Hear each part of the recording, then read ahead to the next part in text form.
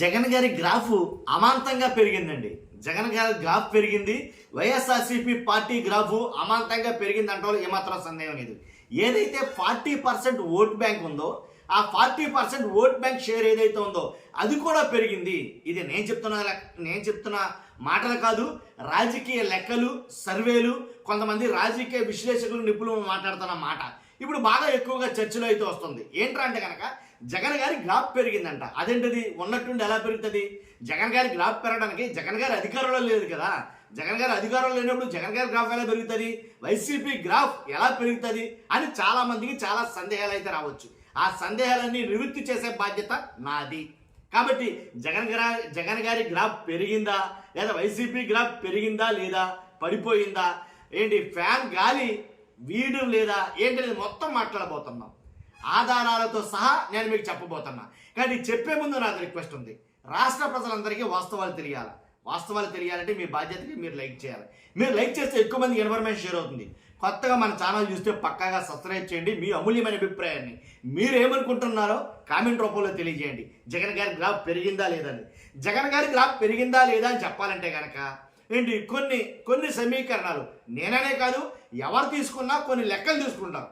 ఏ party graph పెరిగింది, ఏ party graph పడిపోయింది, ఏ నాయకుడి గ్రాఫ్ పెరిగింది, ఏ నాయకుడి గ్రాఫ్ పడిపోయిందని. ఈ మధ్య కాలంలోనే ఒక సర్వే వచ్చింది, రైస్ సర్వే. మీరు చాలా మందికి తెలుసా సర్వే ఏంటి? ప్రవీణ్ పుల్లట్ల గారు. కాబట్టి ఆ ప్రవీణ్ గారు చేసిన రైస్ సర్వేలో ఇంచుమించుగా సుమారుగా 10 మంది ఎంతమందో 115 మంది సుమారు పైబడే ఇంకా చాలా మట్టుకి ఎలా అంటే అసలు వాళ్ళ గ్రాఫ్ బాగా అసలు దారుణంగా పడిపోయిందని చెప్పి ఆ సర్వేలు చెప్పుకొచ్చాయి.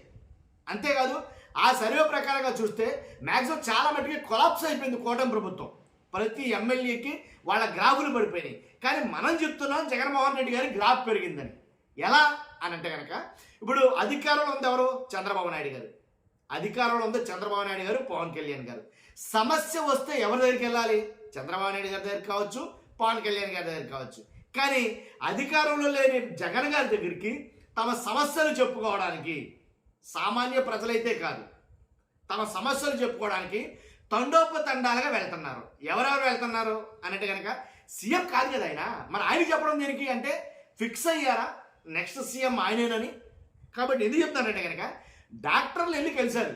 ఆరోగ్యశ్రీ ఆంధ్రప్రదేశ్లో నిర్వీర్యం అయిపోతుంది, ఆరోగ్యశ్రీని పట్టించుకునే నాథుడే లేడు, మేము ముఖ్యమంత్రి దగ్గరికి వెళ్ళినా సరే మాకు పనులు జరగవు, ఏంటి కాబోయేది మీరే కాబట్టి మీ దగ్గరికి మేము వచ్చాం అనే సంకేతాలు ఏమన్నా బయటకు వచ్చా? కానీ మరి డాక్టర్లు కలవడానికి గల ఆంతర్యం ఏంటి? అర్థమైందా మీకు? అంటే పరిపాలనలోకి వచ్చి కూటమి ప్రభుత్వం అధికారంలోకి వచ్చి 2.5 ఏళ్ళు కాబోస్తుంది. ఇంకా మా ఉంటే కనుక ఇంకా 2 ఇయర్సే లేదా 2.5 ఇయర్స్. కానీ ఈ లోపల వీళ్ళ ఫిక్స్ అయ్యారా నాకు అర్థం కాదా. కాబట్టి జగన్ గారిని కలిసిన జాబితాలో డాక్టర్లే కాదండి, డాక్టర్లే కాదు, ఉద్యోగులు చాలా మటుకి ఉద్యోగులు ఉన్నారు, ఏంటి ఆక్వా రైతులు ఉన్నారు, రైతులు ఉన్నారు, అమరావతి రైతులు కూడా. అసలు అమరావతిని నేనే తీసుకొచ్చాను, అమరావతి నా వల్లే అమరావతి రాజధానిగా ఉంది అని అమరావతిని పెంచి పోషించింది నేనే అని చెప్పుకుంటున్న చంద్రబాబు నాయుడు గారిని, ఆయన్ని కాదని అమరావతి రైతులు జగన్ గారి దగ్గరికి రావడం మీరు నేను అందరూ చూసామా లేదా? కానీ అమరావతి రైతులు గోడేంటి? బాబో మీకు దండం పెడతా మమ్మల్ని కాపాడండి. ఎందుకని? మమ్మల్ని నిండా ముంచేశారు, మళ్ళీ ముంచేస్తున్నారు. ఆల్రెడీ గతంలో తీసుకున్న రైతులకే న్యాయం చేయలా, వాళ్ళకే దిక్కు దివాణా లేదు. మా పరిస్థితి ఏంటి? మరలా భూములు ఇమ్మంటున్నారో మేము ఇవ్వలేము, మా పరిస్థితి ఇది, కాబట్టి మీరు మనం కాపాడాలి. ఆయన ఎలా కాపాడతాడో నాకు అర్థం కాదు. ఆయన అధికారంలో లేడు కదా. మళ్ళీ చెప్తాను, అయినా సరే వాళ్ళకు ఒక నమ్మకం ఉంది. ఆ నమ్మకం ఏంటో మీకు తెలుసు. కాబట్టి ఆ అమరావతి రైతులు జగన్ గారిని కలిసి తమ బాధలు చెప్పుకున్నారు, వాళ్ళు పక్కన పెట్టారు. ఆక్వా రైతులు ఆంధ్రప్రదేశ్లో ఉన్న అన్ని చోట్ల నుంచి ఆక్వా రైతులందరూ కూడా జగన్ గారి దగ్గరికి వెళ్ళారు. ఎందుకని? జగన్ గారిని కలిస్తే ఆ ప్రాబ్లం సాల్వ్ అవుతుందనే నమ్మకమా ఏంటో నాకు అర్థం కాల. కాబట్టి ఆక్వా రైతులందరూ కలిసి జగన్ గారితో మొత్తం మాట్లాడిన తర్వాత వాళ్ళు చెప్పింది ఏంటంటే, కాబట్టి ఇది మాకు రేట్ అయితే లేదు, కాబట్టి మాకు ఇన్ని సమస్యలు ఉన్నాయి, ఇవన్నీ తీర్చాల్సిన బాధ్యత మీదే. దాంట్లో డైరెక్ట్గా ఒక రైతు అయితే కనుక డైరెక్ట్గా మాట్లాడిన మాట, కాబోయే సీఎం గారు కాబట్టి మీకు మేము మా బాధలు చెప్పుకుంటున్నాం, కాబోయే సీఎంగా మా సమస్యలు చెప్పుకుంటున్నాం, మీరు మాకు తీర్చాలి అన్న. గ్రాఫ్ పెరిగినట్ట తగ్గినట్ట అర్థమైందా మీకు? కాబట్టి ఇంకా చెప్తా ఏంటి, ఏదైతే ఆ రాష్ట్రంలో ఏం జరిగినా సరే, సాయి కృష్ణ కేసు కాడి నుంచి, కాపులు మొన్న కాపులు పెట్టుకున్న మీటింగ్ కాడి నుంచి, ఒక్క మీటింగ్ రాష్ట్రాన్ని మొత్తం కుదిపి కలిపేస్తుంది కాపుల మీటింగ్. కాబట్టి కాపులు మీటింగ్ పెట్టుకున్న తర్వాత కూటమిలో ప్రకంపనలు మొదలయ్యాయని చెప్పాలి. ఆ కాపుల మీటింగ్ తోటి అంటే కాపులందరూ కూడా వన్ సైడ్ అయిపోయారా, జగన్ గారు పక్క వచ్చేసారా? కాబట్టి జగన్ గారు వైపు ఉన్నారా ఏంటి? అలాగే ఎలాగో క్రైస్తవులు ముస్లింలు ఎలాగో దూరం అయ్యారు. ఎందుకంటే కానీ సనాతన ధర్మం అని అవని ఇవని మొత్తానికి ఎలాగో క్రైస్తవుల్ని ముస్లింని దూరం చేసుకుంది కూటమి పార్టీ. కాబట్టి ఉన్న కాపులు మొత్తం ఈ కులాలన్నీ కూడా ఒక సైడ్ వచ్చేస్తే దాన్ని బట్టి గ్రాఫ్ పెరిగినట్టు తగ్గినట్టు వైఎస్ఆర్సీపీ పార్టీది 40% కాస్త 80% అయినా ఆశ్చర్యపోవడం అవసరం లేదండి కొన్ని గణాంకాలు. అర్థమవుతుందా మీకు? కాబట్టి 100% జగన్ గారి గ్రాఫ్ పెరిగింది అమాంతంగా, దాంట్లో ఎలాంటి డౌట్ లేదు. ఈ 2.5 ఏళ్లలో ఏదైతే జరిగిందో, గతంలో జరిగిన విధ్వంసం మాట దేవుడికి కానీ ఈ 2.5 ఏళ్లలో జరిగినటువంటి ఏదైతే పరిపాలన ఉందో ఆ పరిపాలనలో తప్పులు ఉన్నాయో, విధ్వంసం అనుకోవచ్చు, ఏదైనా పేరు పెట్టుకోవచ్చు మీరు, వాటి వల్ల ఎప్పటికీ కూడా డ్వాక్రా చెల్లెమ్మలకు కానీ అక్కా చెల్లెమ్మలకు కానీ మహిళలకు కానీ ఎవరికి ఏమీ వేయలేదు. ఇదే మాట మాట్లాడతాను జగన్మోహన్ రెడ్డి గారు నిన్న నుంచి. వాస్తవంగా మరి డ్వాక్రా మహిళలకు 0 వడ్డీ వేయాలిగా, వేయలే. కాబట్టి మీరు ఏదైతే హామీలు ఇచ్చారో ఆ హామీలన్నీ కూడా ఫుల్ఫిల్గా నెరవేర్చడం 2.5 సంవత్సరాలు కాబోతుంది.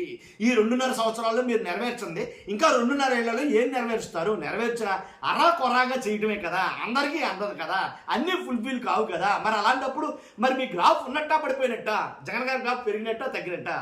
సింపుల్గా మిమ్మల్ని అడిగేస్తారా డైరెక్ట్గా. కాబట్టి ఈ రకంగా చూసుకుంటే అన్ని వర్గాల్లోనూ అసంతృప్తి, అన్ని వర్గాల్లోనూ వ్యతిరేకత అనేది ఏర్పడింది. జగన్ గారి మీద ఇష్టత కలిగింది. ప్రతి వాళ్ళు సమస్య వచ్చిన వాళ్ళు ప్రతి ఒక్కరు కూడా ఆళ్ళ వేళ్ళని లేదు. ఏదైతే మన డిఎస్సి పెంట రచ్చ జరిగింది డిఎస్సి విషయంలో రాష్ట్రం మొత్తం కూడా మీరు చూశారు. పోస్టులు అమ్ముకున్నారని దాన్ని సిబిఐకి ఇవ్వమని, సిబిఐకి అయితే ఇవ్వాల, ఏదో సిట్ ఏదో వేశారు. ఏంటంటే సిబిఐకి ఇస్తేనే ఒక జనాలకి జవాబుదారీతనంగా ఉంటుంది కదా, ఇవ్వాల.